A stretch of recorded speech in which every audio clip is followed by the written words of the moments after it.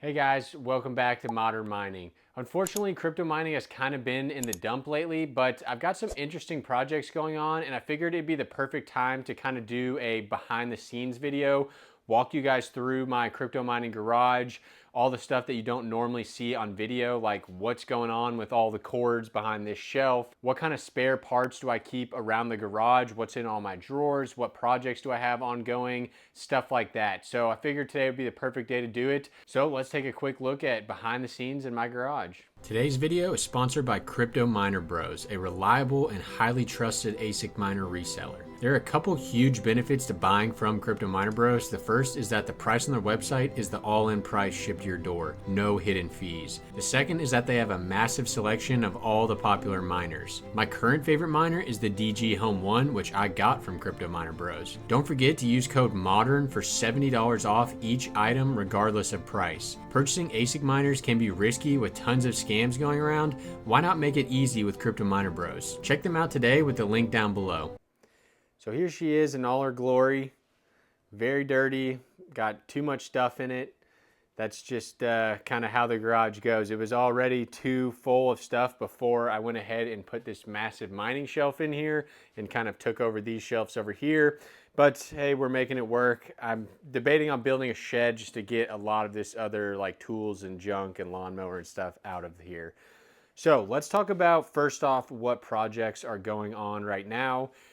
Since mining itself has not been that great, I am kind of branching out into some other projects, and I've got like 4 videos that are in process right now that I'm just going to kind of spoil and give away right now. So the first one is that all my GPU rigs have been off, but I've kind of realized that I am like a mining content creator, and back when I used to not make videos in like 2020, but I was still mining, a lot of the reason I watched like Red Panda Mining and Hobbyist Miner was just to watch other people GPU mine and get interesting content out of it. So I feel like I kind of owe it to you guys to at least run one of these and keep up some sort of GPU mining content for people who aren't in the position where maybe their YouTube earnings can offset the power bill on these things. So they're definitely not going to be profitable by any means. They might be close, but I mainly just want to do it for people who are interested in GPU mining and just kind of maybe not even to get into it, but just want to watch and find that content enjoyable. So one of the projects that's coming up is we're going to be deciding which rig to turn on first of all and which coin to mine. I'm going to kind of throw all of my prior mindset out the window that you need to be mining the most profitable coin. I want whatever we do just to be a spec mining rig.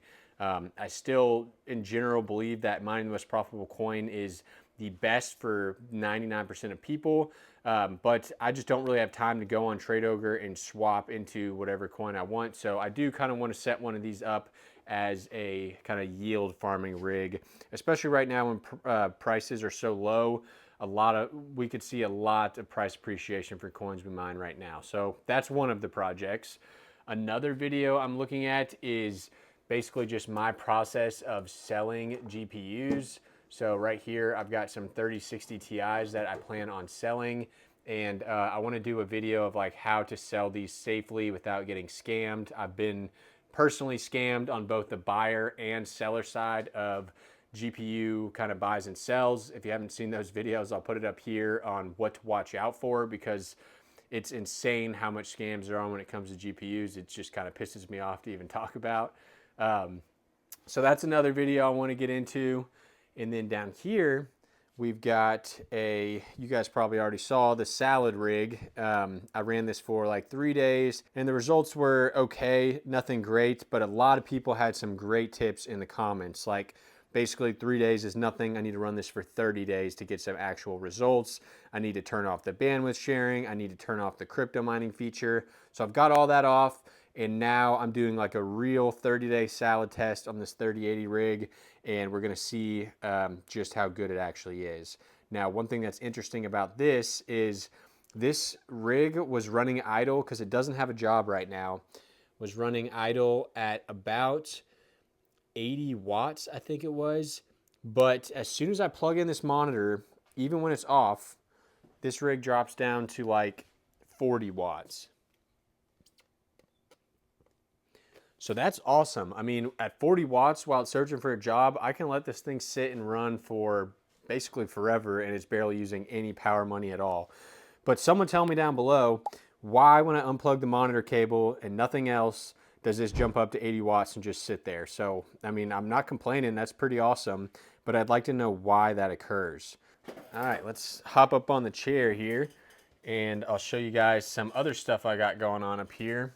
This is my first depin device, the Aethir Edge. I just got this set up this morning, and I'm doing a video on the setup, but also I'm gonna wait a few weeks to get some profits and see kind of what this thing looks like. The one major downside is that I had to stake about $100 of Aethir tokens to actually get this thing up and running.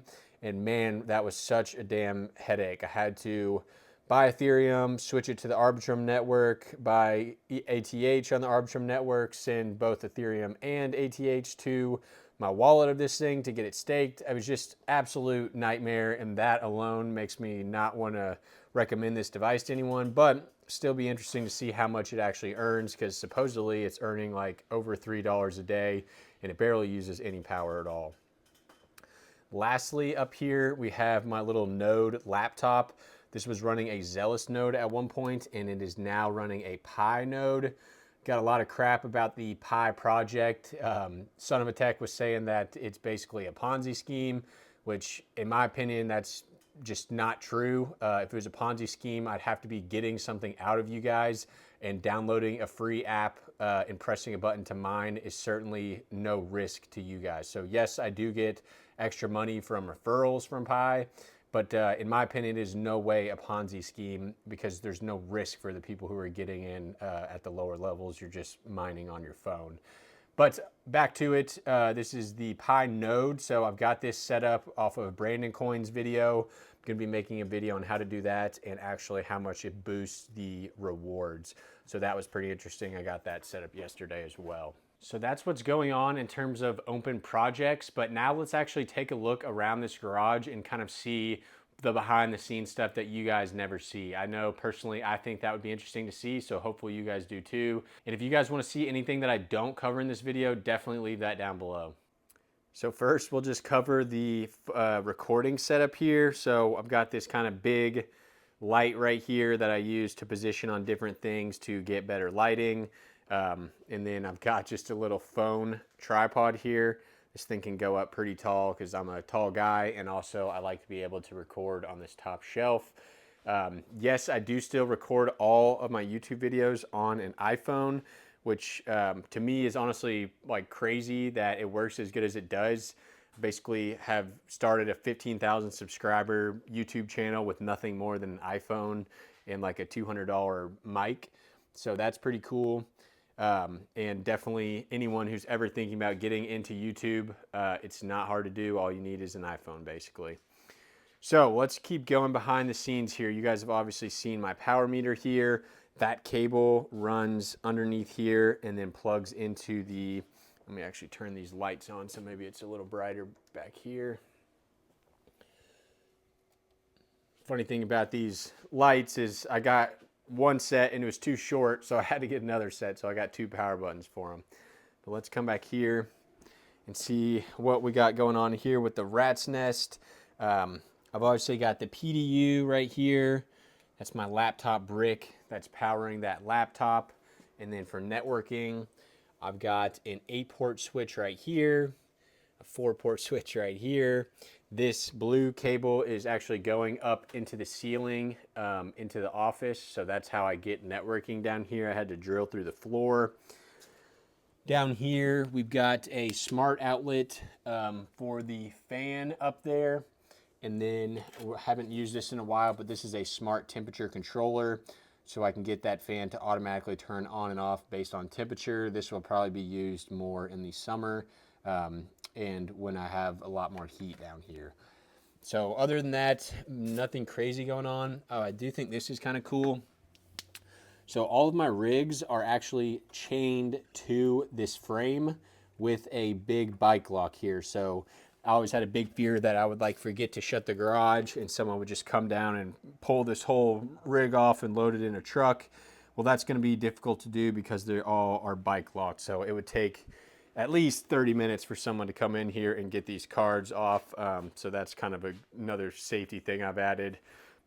I've also got some cameras back here that look out at that window. The window itself, let me expand this a little bit.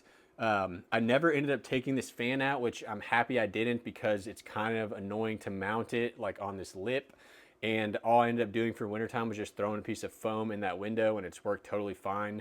Pretty soon here, once it starts getting hotter, I'll pop that out, turn this on to exhaust the hot air from here, and then I'll pop the windows out of that garage for my fresh air intake. And I plan on doing a video on how to build like a proper exhaust setup for crypto mining. All right, now let's go ahead and take a look at just kind of some of these drawers I've got and what kind of parts I'm kind of storing for crypto mining.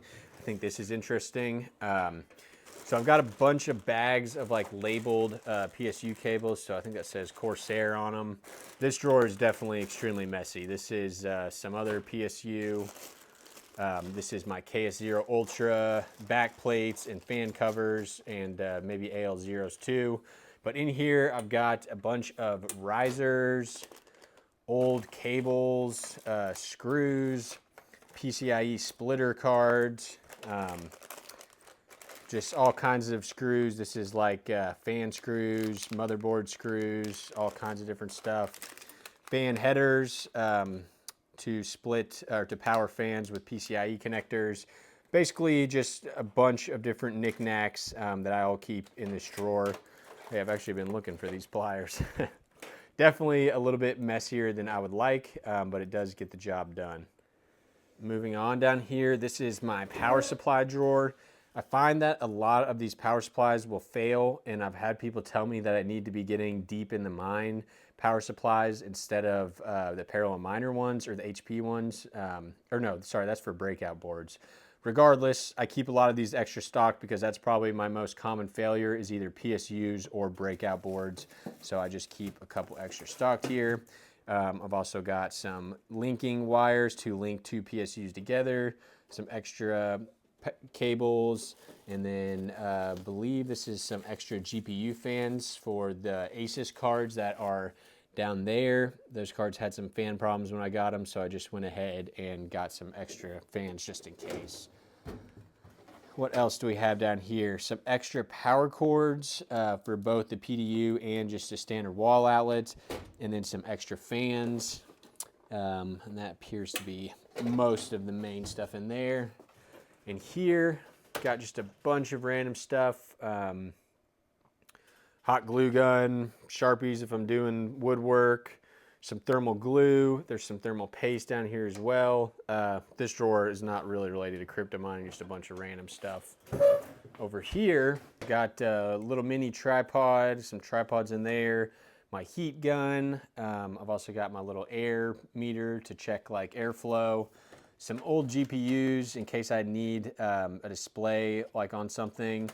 Some Vonnex adapters, some old RAM sticks that I pull out of work, NVMe adapters, some batteries. So nothing too crazy in here, just another kind of miscellaneous drawer.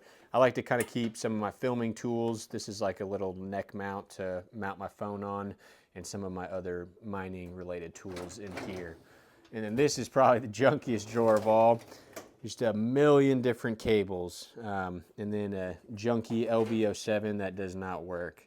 I probably need to send this to somebody because I bet they could get it working, but at this point, I think I've lost the power supply. Maybe it's this thing right here, but I'm nervous on the power supplies because that's how I fried my Bidax Gamma is I accidentally mixed up the two power supplies, and I guess they were different voltages. But the rest of this is just junk cables, basically. If ever I need Ethernet cables or whatever, they're all in here. One thing I forgot to mention about the recording setup is I did nail like a pillowcase over those two lights I installed up there, and that was to kind of diffuse that light. It was a bit too harsh with just the bars there, so it doesn't look like it's doing much at this angle. If I drop this down a little bit, it's not what I meant to do. It is diffusing it a bit, and that does tend to help. So moving over here, this is where it starts to get a little junky. I've got my wall PC for monitoring HiveOS and stuff down here so I don't have to run upstairs over and over again. This camera should be facing this way. I've also been doing Amazon reviews kind of as a side gig. So I've got a bunch of just random Amazon products here that I will try on and review. Some like knives and stuff they send, some dash cams. That's actually been pretty fun to do. This is another project I need to get set up, is the little Mars lander, all these little USB miners. I need to get those plugged up and working. And then a dead GPU that Death Valley Mining sent me. He was trying to scam me. No, I'm just kidding.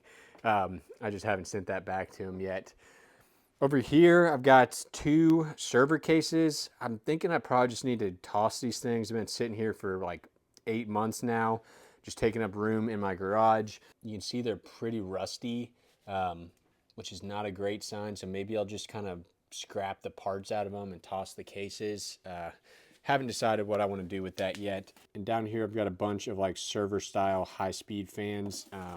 I really need to try to sell these or something. I'm not sure what I'm going to do with them. Then lastly, up here, we've got an extra Aries game power supply in case the ATX PSU ever dies on any of my rigs. And then can I get this box with one hand? Risky.